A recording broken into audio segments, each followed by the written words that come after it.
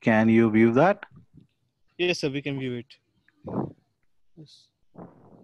So our next speaker is Dr. Swapnil Mate, sir, and he's a quite famous physiotherapist. He has done his BPT from Mumbai, MSPT from Stanford University, London, UK, Masters in Sports Business Management from Mumbai, and he's a certified kinesiotaping practitioner, certified manual therapist, and certified tennis performance specialist from UK. He has worked for various teams, sports teams like Mumbai City Football Club from ISL, and in Pro Kabaddi League, he has worked for U Mumbai and Bengal Warriors. He has been to London Olympics 2012, 2016, and also he is going to be the part of the upcoming Tokyo Olympics. So, sir, we welcome you on this wonderful session. Thank you very much to be part of us. Just ask someone to mute the audio, please. Yes, sir, done. Yeah. So thank you, Bilal, for inviting me to this excellent platform where I could share my views regarding physical therapy. My topic is actually off topic from what all other speakers has been kind of educating you. My topic is basically about education awareness and malpractices. So maybe little controversial topics which I have chosen. Uh, just just to create a little bit of awareness amongst the clinicians, students, the practitioners, and the teachers who opt for the CPD courses. Okay. What are the current scenario we are facing out in India regarding the CPD courses, and how are the education system being planned in India? I'm just going to demonstrate you with my blog. So I am going to be reading through my blog so that you can have a reference in future. You can directly search the blog online, and you can directly view it. So welcome you all. The topic is concentrated on creating awareness amongst the students and the malpractices regarding the CPD that happens in India. It's considered at this as one of the awareness campaign that we are doing with the academy to provide you with the right information and making you aware about the false practices which are happening in India, so that you're not, the students or the clinician or practitioners are not being fooled or cheated by such malpractices, which are basically done by many senior physical therapists in India as such. Um we'll divide this topic into importance of CPD for 30%, and malpractices I'm going to talk about 70%. So let me tell you what exactly the CPD is. So CPD is a self-explanatory term, you know, that you need to keep continuing your education or developing yourself afterwards you complete your formal educations of either a BPT degree or an MPTH degree. In UK, United Kingdom, any kind of courses which you do post your formal education, we call it as a continued professional development. In United States of America, it's basically continuing education. In India, we often term this as a basic seminars or workshop where the students or clinician, just to upgrade their skills and knowledge, try to register in some workshops and enhance their skills. Okay, so let me just give you a basic term what exactly the CPD means. So continuing professional development is a means by which the members of the profession maintain, improves, or broaden their knowledge, expertise, and competence, and develop their personal as well as the professional qualities required throughout their professional lives. Now, for example, if you see a physical therapy, it's still in a research. It's the only profession which still can undergo too much of research. The techniques which were practiced 5 years back may not be the same technique you will see 10 years ago. The research, like for giving you an example, like I teach basically kinesiotaping. The kinesiotaping I learned in 2008, and the kinesiotaping which is now been practiced with so much of clinical evidence and research going around, the techniques, the way we do it has changed. So you need to keep your knowledge up to date with what is going on in the other countries. You need to keep up to date knowledge about what skills you need to uncover towards your professional goals.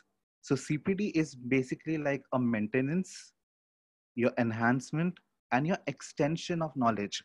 The knowledge which you just get it in your BPTH degree and MPTH degree, the topics which are covered in CPD are not basically given during your curriculum.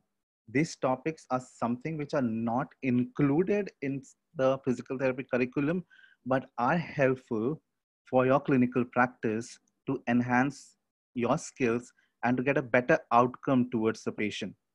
And that is what we actually look forward into, to get a functional output from the patient. And if one physical therapist outperform the other physical therapist with his knowledge and skill, then we term that particular physical therapist to being a professional and can recover their functional outcome faster. So that's the difference. So it's a suggestion from me that you need to maintain a CPD standards, even though you have completed your basic graduation or a post-graduation degree, the learning never stop. Now this CPD can include your formal as well as the non-formal learning activities. Now, India, there is no such categories of CPD. It's basically abroad, considering any of the countries like in UK, Australia, United States of America, or New Zealand, they define the CPD into four categories. One would be your work-based CPD. The full description about all these four categories are there listed at the bottom page of this particular blog. So the first one goes with your work-based CPD, like whatever working environment you are actually working in, that will count towards your continued professional development points. Second thing is a professional activity, like the learning gained from involvement as a physical therapist. Like if you are involved in any kind of sports athletes or sports training, or you're associated with any particular sports team, what kind of professional outcome you have gained through that particular tenure of your work, that can also be counted as your professional activities. Now formal education is basically related to your education stream. Like say taping is basically a core of a sports physical therapist. Now there are various different forms of taping, so you need to basically enhance your skills and knowledge by enrolling in each of the taping courses. And then you're going to learn. So each of the formal education related to your subtopics of your curriculum will come under this category. And self-directed CPD, like CPD, like supposingly all the guest lectures who have taken a lecture now, that is also considered as a self-directed CPD. Okay. Now, why CPD is important? The patients or the consumer has an equal right that they could expect the physical therapist from whom they are taking the treatment to provide a regulated health service. So it is in the competent and the contemporary manner. So all physiotherapists should make an attempt to continually update their skills and knowledge. Now, by doing this, what you empower is that you improve your competence and it results in better outcome for patients and clients, as I mentioned earlier. Now, CPD is important in the continued profession to deliver a safe, legal, and effective services by any health professional. Okay. The reason why I'm saying this is after I have seen many other senior physical therapists after the completion of their graduate or postgraduate degree really never enhances the skills. So when they empower knowledge to the fellow students, what they do is basically whatever they have learned in 2008 or 2013, they try to impart the same knowledge in 2020 as well, because they didn't really enroll in updating their knowledge. So it's very important for all the physical therapists to do CPD courses. Now, why it is so important, I'll cover that in the other half of the blog. Now, regulation of the CPD. Now, India does not have any council. If you consider other countries, there are specific physical therapy boards or association or council which requires all physical therapists to maintain a portfolio that documents their participation in the CPD. And it is recorded in person or on an electronic medium for your learning aims and reflection that would impact on your clinical practice. These CPD experiences could be evidenced and recorded in your professional portfolio. Like you say, in India, we update this CPD on our CV and our profiles or on the statement pages.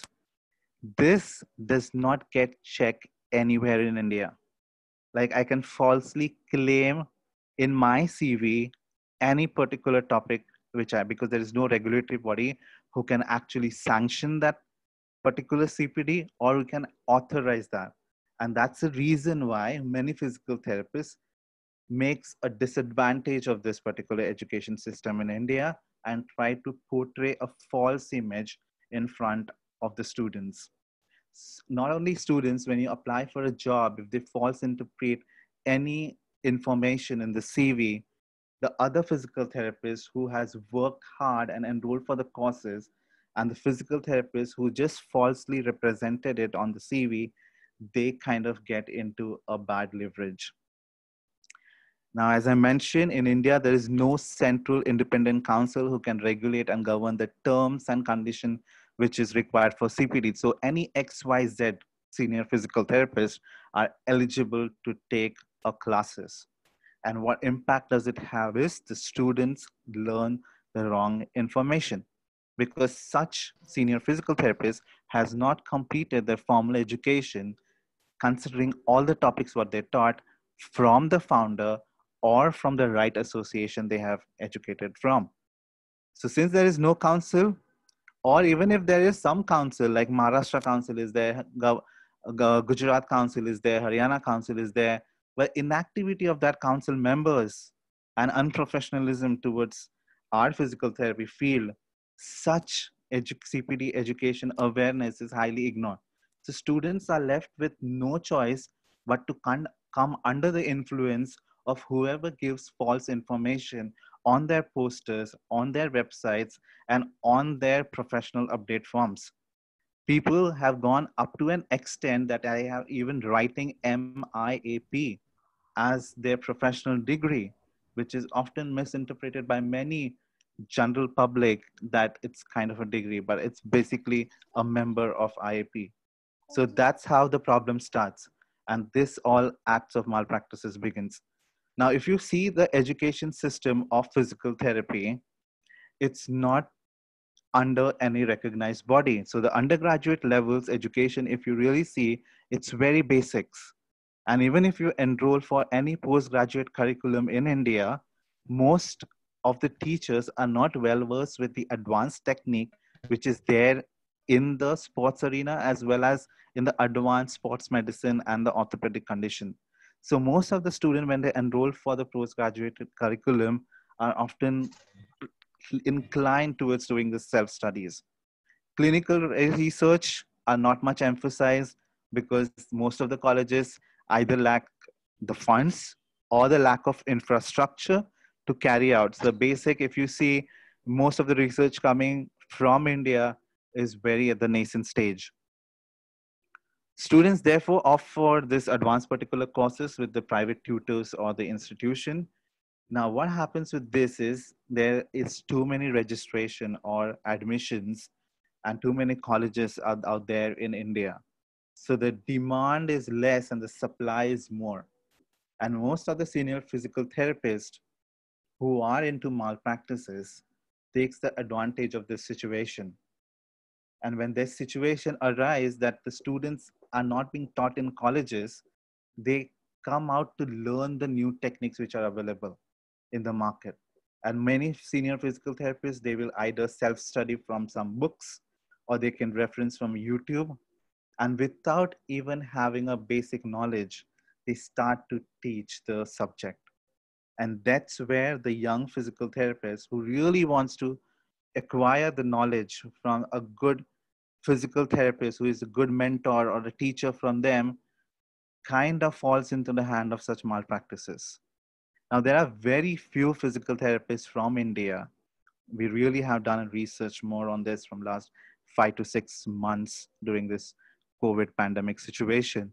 And very few people from India really get a certification from the authentic certification provider, either from India or in abroad, and actually get qualified. So there may be a levels like a basic level or advanced level, Very few physical therapists we have seen in India complete their basic as well as the advanced course and really gets qualified to become an instructor. Like I need to give an example in kinesiotaping till now from KTAI from 2008 till 2020, officially there are only two instructors from India. So you can see the difference. And most of the publicity are done by the people who are not authorized to take the courses. Most of the publicity you will see it on the Facebook or the Instagram are all done by the fake instructor because there's no governing body or the members of the councils are only involved into promoting such individuals. So since no governing body or council regulated this, such individuals are often not coming into under any scanner. And the CPD, the workshop industry, has become much more like a polished business for them to earn some money because they know that every year a couple of dozens of students really passed out and come out in the market to learn new techniques. So they kind of sell their courses at the cheaper rate where most of the practitioner with half knowledge and wrong information provide the education. Now you can understand how much it will affect to our senior young people who actually wants to focus on getting the skills.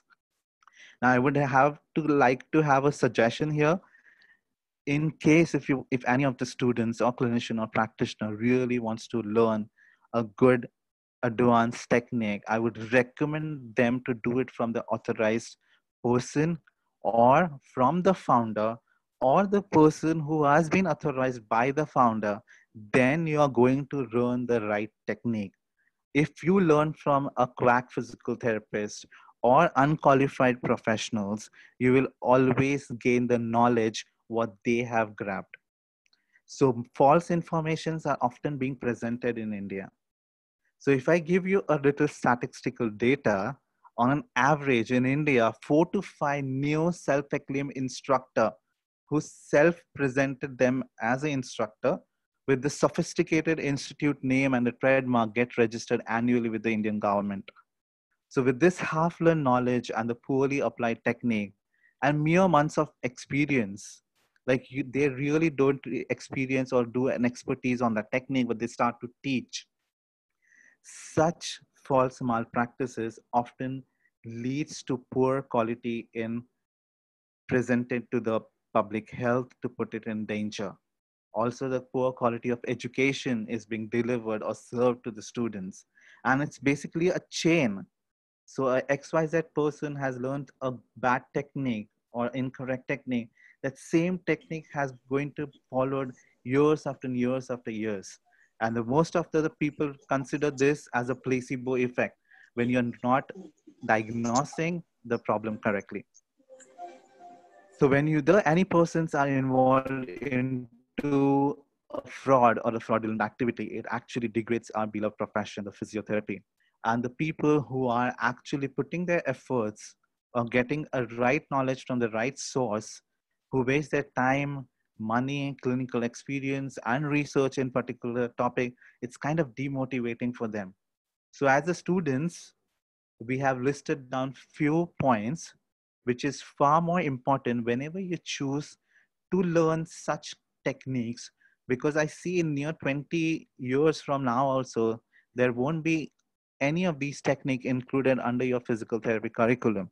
So you're left with no choice but to offer such courses which are available in the Indian market. So how do these people actually influence the young physical therapists or the students which are just passed out? Is basically with their higher education tag. So it doesn't mean that if you are a PhD or PhD scholar, but you're not updated with the recent advancement, that doesn't give you a license to teach a wrong information. Also, a foreign degree tag. A person who is done from the UK doesn't qualify you to have 100% right clinical knowledge. Now we have talking when I talk about all these points, I'm not just talking when I wrote this blog, but it's kind of supported with right evidences, which you can view it on my channel. People who have not done any kind of clinical or sports experience on the poster, they give a false representation that they have represented in a sports or a clinical arena. Achievements which are underrated, the kind of goes into a false representation in the mind of the students. The most important is the cheap price structures. So the price is equivalent to the quality. If you need to have a quality, you need to pay more price for it. And that's where the education. So I would personally suggest that when you are educating, when you're investing into your knowledge to upgrade your skill, don't fall prey into the cheap courses prices, because these cheap courses are basically there just to earn them some penny out of your money. But at the end of the day, they don't have any proper certification. The knowledge what you get is totally wrong.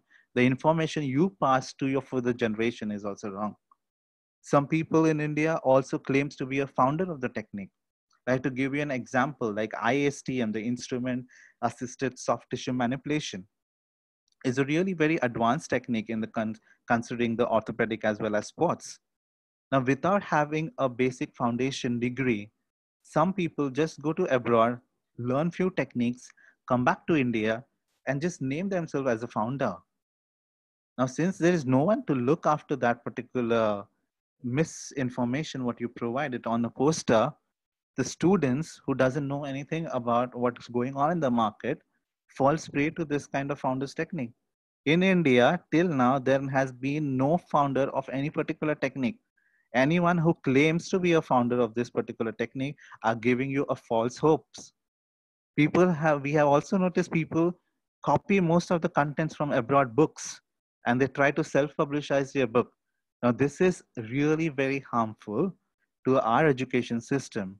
Like, when we sit in 80-20-20 and really wants to promote physical therapy as a physiotherapy day is just on the weeks, you need to grant some important knowledge to the young physical therapist. So such claims which are made by such false instructors, which they kind of involve into all this kind of false acquisitions, are basically made to attract and fool students and practitioners. With the only aim is to enhance their business, earn quick money, and to gain attention in the minds of physical therapists. It's very important in future that you promote right education with the ethical practice, which is highly ignorant in Indian physical therapist. Now, it's not just their fault, but the higher authorities, the association, which is gone by India, they also have a good political connection and a friendliness towards them. So such kinds of activity of false representation also gets masked because there's no action taken on any of these person who are false representing your curriculum subjects. That is why the awareness among the physical therapists is the most important aspect which we kind of try to provide you so that your education goes into a right hand. Now, I don't want to waste much time, but I want to give you a guidelines. Like, whenever you opt for any particular course, properly check their profile, check their credential, check their education background, that really they have learned that technique or no. Like, to give an example, some people on the poster will just write that they have done it from the German instructor or they did the course from Germany. But in fact, if you reality in check that they have done their basic education in India. Now that is a false representation. The students weren't going to ask any of the instructor, but it's quite evident that you should really put in your research before choosing any courses, because it's your hard-earned money from your family which you are going to invest. And when you are investing a money into one particular course, you see to it that you get a return of that money by getting a right knowledge and the right information. You also need to check authenticity of the institute or the academy. Like, whatever courses they are offering, it's not just for the 1 or 2 year, but you need to check their prospectus in the near, like, from now to at least 5 to 10 years. That actually shows that how strong or how strong foundation does that institute or academy has. Check the proper qualification of that particular person with a valid certification in that particular degree. Now, anyone in India can teach anything, which is incorrect. So many live sessions I've attended, so many mistakes the senior physical therapist makes it on the live session.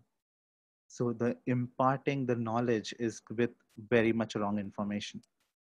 Also see the correct feedback, because most of the time when they advertise their course, they kind of take positive feedbacks and they don't really show you the negative feedbacks which are there. So try to get the correct feedback, because such feedback, I know some senior physical therapists who forcefully ask the participants to give a positive feedback by harassing them or threatening them, and they're still lying free because there is no association or council to take action. That's really a bad scenario right now in India.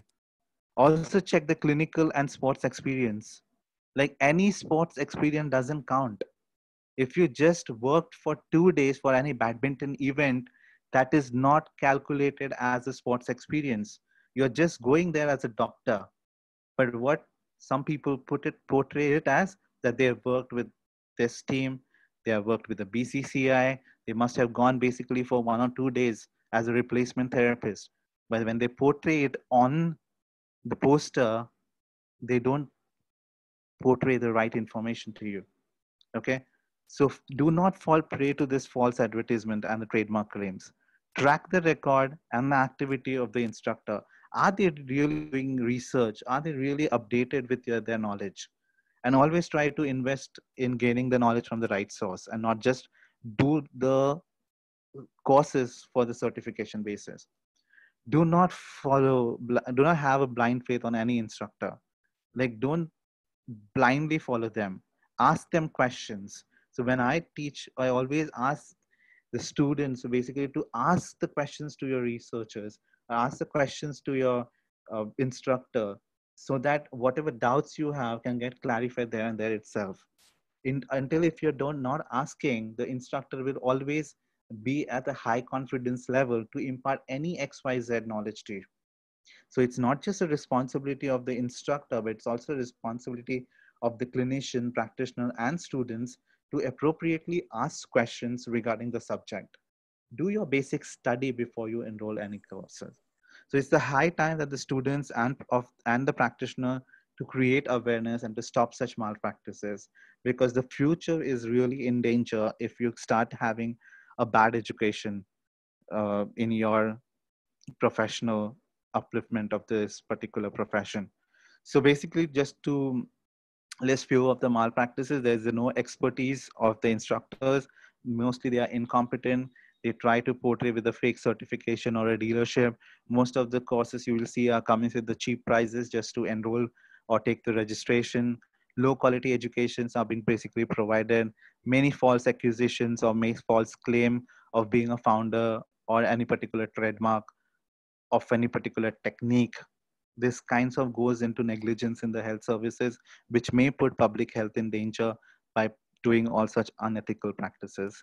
Most of the misinformations are going around. So to cater this, we have formed one particular committee. So in case if you in future any students or any practitioner um, kind of see any kind of activities which are fraudulent or any misinformation giving in any of the cause, so you can directly contact me or our core members who are working to get such malpractices out, so that our future students generation can learn the physical therapy practice into a right direction. Okay, that's all. I have categorized here the CPDs. So just a summary, in case if you're opting for UK, to maintain your CPD points, you need to at least have 20 clinical hours in a year. Okay. If you go to New Zealand, compulsorily in 3 years you need to have 100 clinical hours or course which you need to actually attend to maintain the portfolio. Like in UK, you have to keep updating with your registration with the health council, the SCPC. So every few years, they kind of take your portfolio and can check that the practitioners or the students has really upgraded their knowledge to enhance their skills and knowledge. I know in case if you have not enrolled for any CPD courses during your tenure, then your bands may kind of go down. So that's all from me. I hope I justified my statement here. Over to you, Bilal. So If thank you, there sir. is any questions, one or two questions we can take.